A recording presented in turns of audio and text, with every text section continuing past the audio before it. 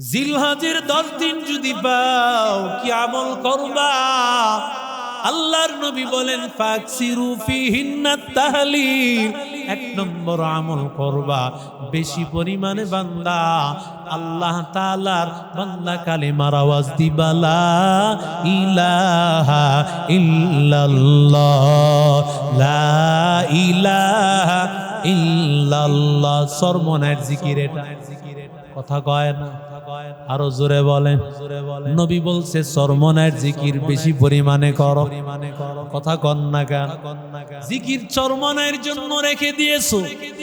কপাল পুরা মুসলমান ভালো করে শুনো, জিকিরে বসতেও চাও না, আর যারা জিকির করে বিরোধিতা করো, কপাল পুড়ে গেছে রে যুবক, তুমি জিকির করতে যাও না। অথচ আল্লাহর বান্দা সাহাবায়ে কেরাম, হযরত উমর, হযরত আবু হুরায়রা এই জিলহজের প্রথম 10 দিন বাজারে চলে যাইতেন আর দেখতেন হযরত আবু হুরায়রা, হযরত উমর জোরে জোরে পড়তেন, লা ইলাহা ইল্লাল্লাহ, লা ইলাহা ইল্লাল্লাহ। উমর যখন জিকির করতেছেন, কালেমা পড়তেছেন, আবু হুরায়রা কালেমা পড়তেছেন, তাদের কালেমা শুনিয়া শুনিয়া সব দোকানদার ব্যবসায়ী ভাইরা সবাই কালেমা তাদের জবান শুনিয়া শুনিয়া পড়তো। কপাল পুড়ে গেছে রে যুবক, আজকে গানের আওয়াজটা লাগাইয়া দোকানদারি করো, মনে চায় না একটু জিকির করতে রে বান্দা? একবার কালেমা পড়তে 3 সেকেন্ড সময় লাগে। আল্লাহু আকবার। লা ইলাহা ইল্লাল্লাহ পড়তে 3 সেকেন্ড সময় লাগবে। ওরে বান্দা, রহমতের নবী আমার ডাক দিয়া বলে 3 সেকেন্ড সময় লাগবে, বিনিময়ে আল্লাহ তাআলা তোমাকে 10 দুনিয়ার সমান একটা জান্নাত দিয়া দিবে। মান ক্বালা লা ইলাহা ইল্লাল্লাহ মিয়াতা মাররা, আল্লাহর নবী বলেন যদি লা ইলাহা ইল্লাল্লাহ 100 বার পরে 3 সেকেন্ড সময় যদি লাগে, 100 বার পড়তে লাগবে 8 মিনিট। সরে বলেন কয় মিনিট? এরে আল্লাহর বান্দা ও যুবক, 8 মিনিট সময় যদি বান্দা লাগে, আল্লাহর নবী ডাক দিয়া বলেন 8 মিনিট সময়ে আল্লাহ তাআলা যদি প্রতিদিন কমপক্ষে 100 বার পড়ো, লাম ইয়াবাসুল্লাহু ইয়াউমাল কিয়ামাতি ইল্লা ওয়া ওয়াজহু কাল কমারি লাইলাতাল বদর। হাসরের ময়দানে আল্লাহ তোমার চেহারাটাকে পূর্ণিমার চাঁদের মতো উজ্জ্বল করে উঠাবে।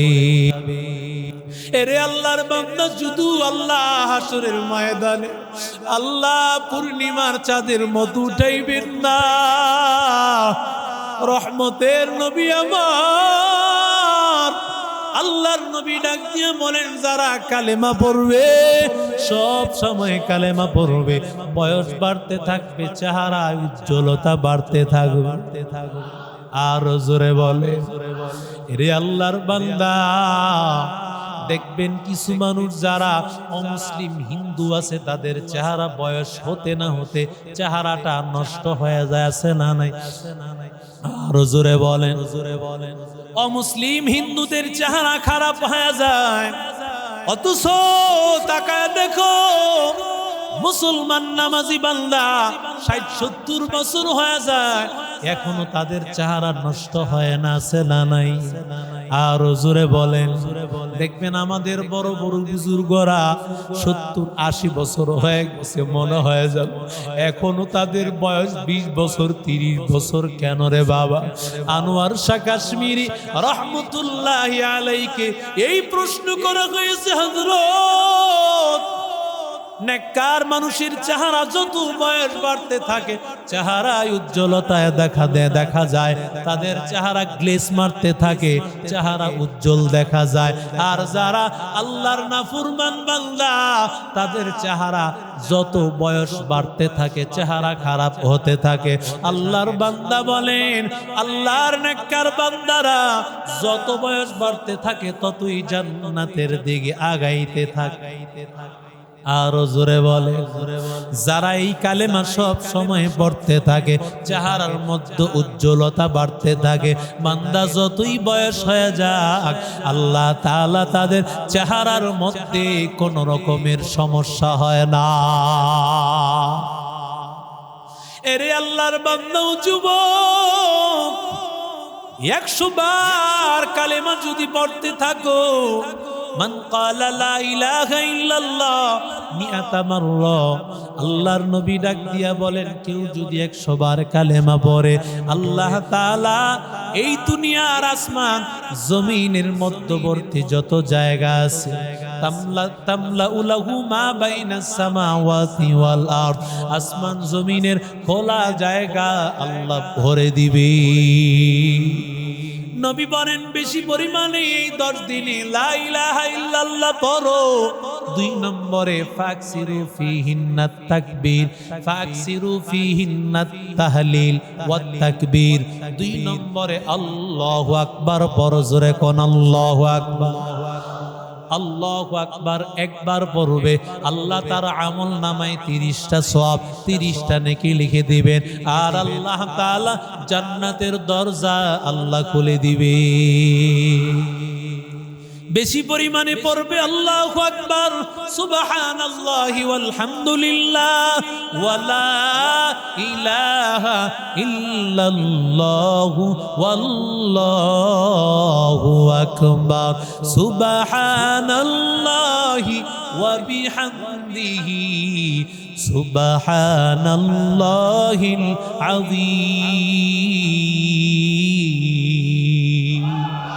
পয়গম্বর বলেন বুখারী শরীফের সর্বশেষ হাদিস, কালিমাতানি হাবিবাতানি ইলার রহমান, 2টা কালেমা এমন যেই 2টা কালেমা আমার আল্লাহর কাছে বড় প্রিয় কালেমা।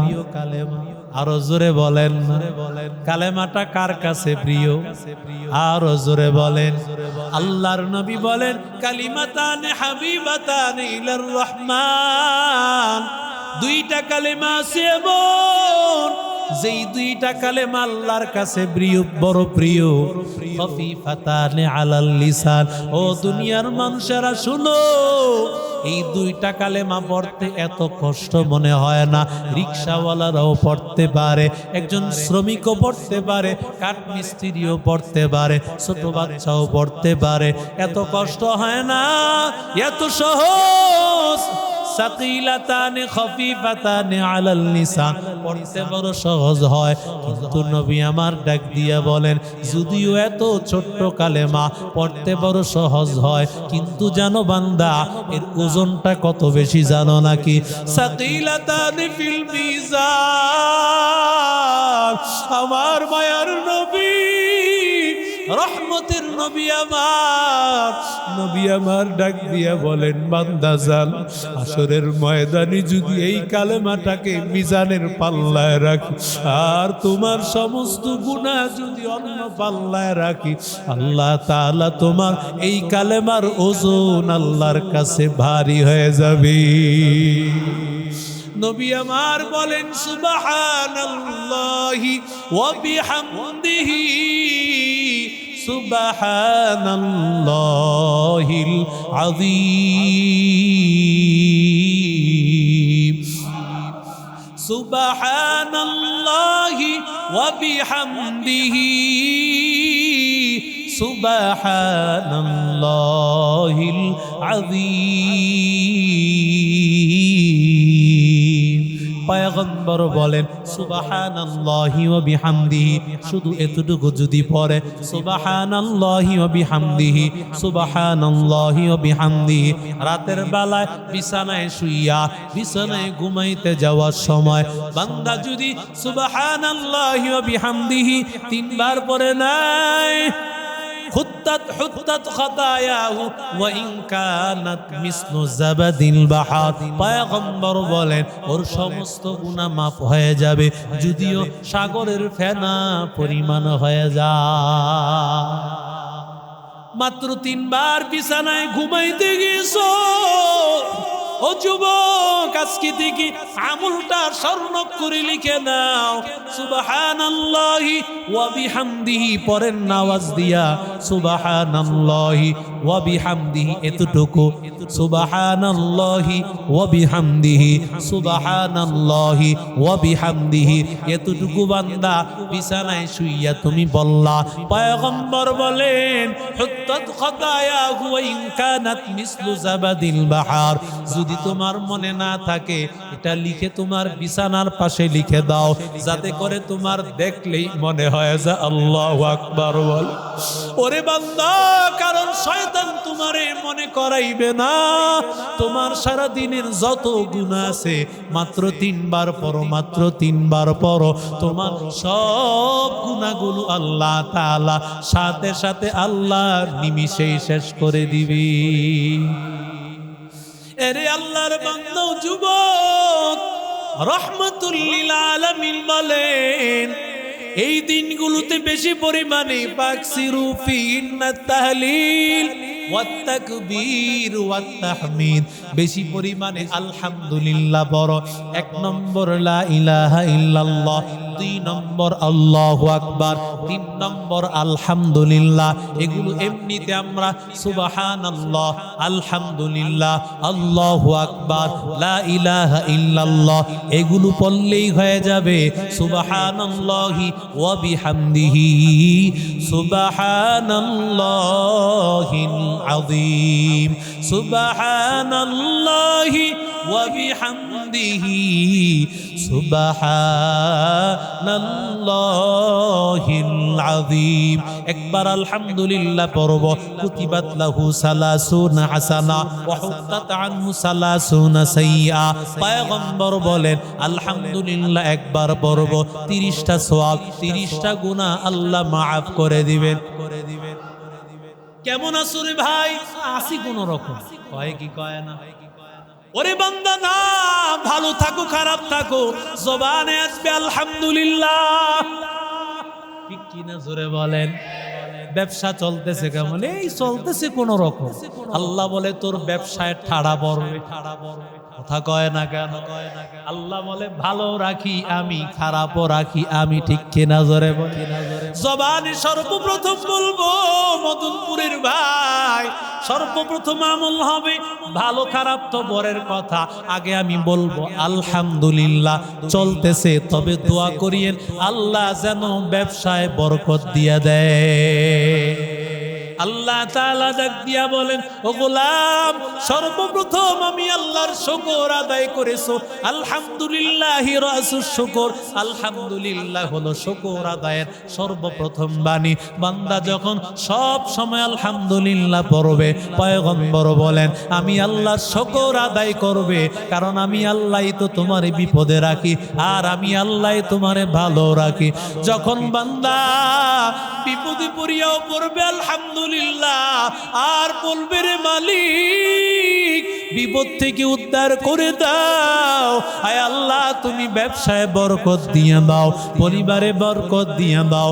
আল্লাহ বলে বান্দা যখন বিপদে পড়িয়াও আমি মালিককে ভুলে নাই, আমি আল্লাহ বান্দাকে ভুলবো না। এরে বান্দা আল্লাহকে ভুলিও না রে যুবক।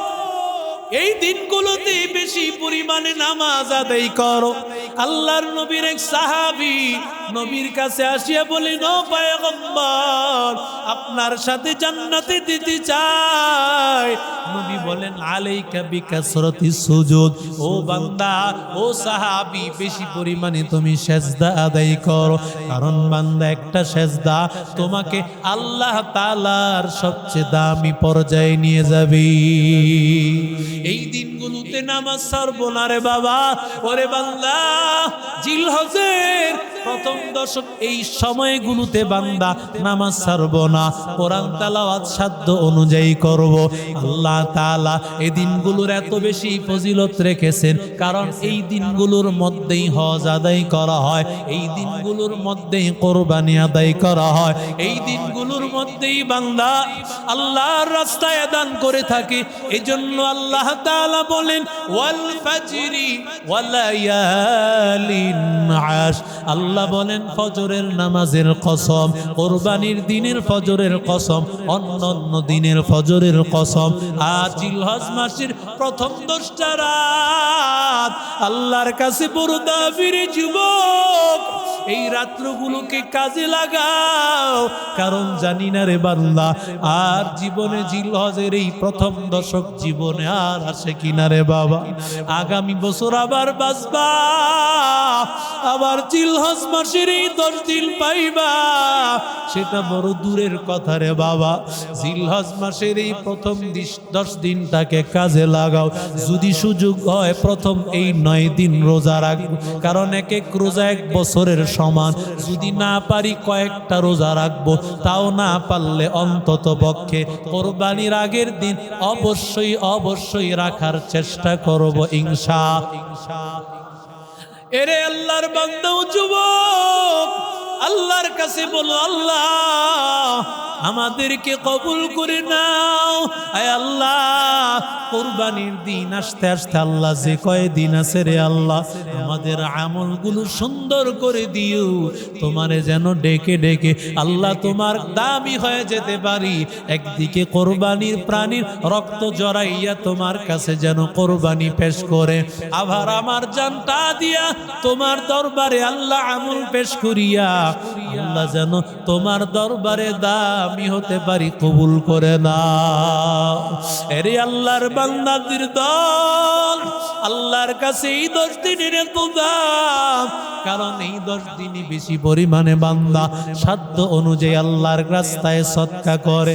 আমার পয়গম্বর কুরবানি আসলে বহু পরিমাণে সদকা করত, অনেক পরিমাণে আল্লাহর নবী ওট কুরবানি করত। সাহাবায়ে কেরামরাও আমার নবীর ইন্তেকালের পর সাহাবায়ে কেরামরাও এত বেশি পরিমাণে কুরবানি করত, আল্লাহর বান্দা নবীর নামে কুরবানি করত আল্লাহর বান্দারা, কারণ এই কুরবানিটা আল্লাহর কাছে বড় প্রিয় একটা আমল। এই জন্য বান্দা আল্লাহর রাস্তায় আমল করে যেমন ভাবে আল্লাহর কাছে দামি হয়ে যাব, ঠিক তেমনি ভাবে বিভিন্ন কোরবানির মাধ্যমে দান সদকার মাধ্যমে আল্লাহর কাছে দামি হওয়া লাগবে।